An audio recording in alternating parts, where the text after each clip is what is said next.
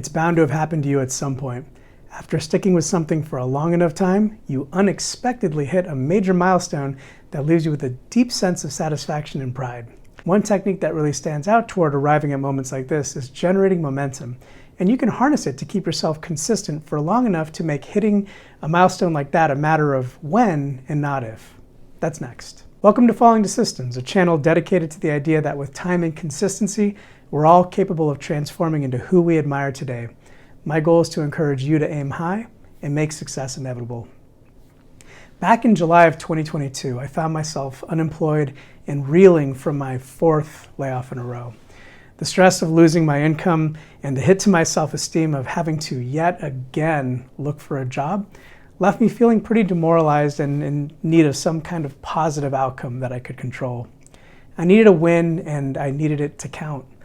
Some small pick-me-up like a nice meal out or a bit of retail therapy just wasn't going to cut it. What I needed was an injection of accomplishment that had to be earned.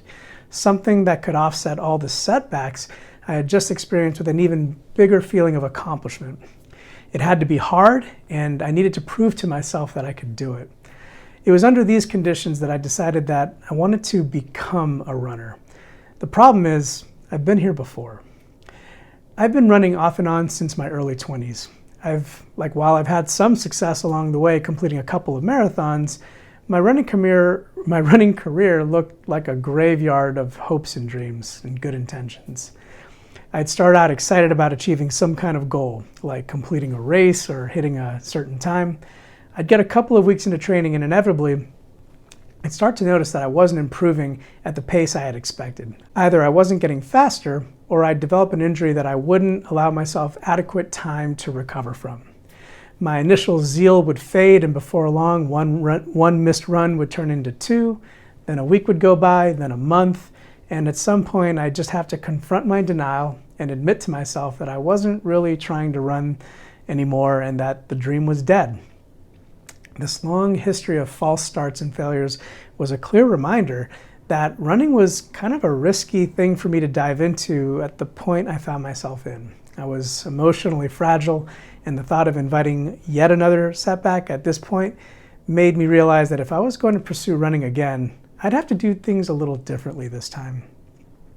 The first thing I did was to lean into the idea that motivation is really hard to sustain without the feeling of progress. In his book, Atomic Habits, James Clear writes, "Habits often appear to make no difference until you cross a critical threshold and unlock a new level of performance. In the early and middle stages of any quest, there is often a valley of disappointment." I've lost track of how many times I have fallen victim to that valley of disappointment, so this time around, keeping motivation high was paramount. Next, I changed my definition of progress and started tracking effort instead of results. I decided that a good run was no longer one where I hit some kind of personal best. I used to be obsessed with making sure that every run had some kind of achievement to show for it. A faster time, a better pace, a longer distance covered, being more winded at the end. Instead, now a good run was just a completed run. Rain or shine, hot or cold, if I got out and did the run, then it was a win. And the biggest wins were always those that were hardest to do, like when I was trying to get a run in during travel, or when I was tired, or when the weather outside was just ugly.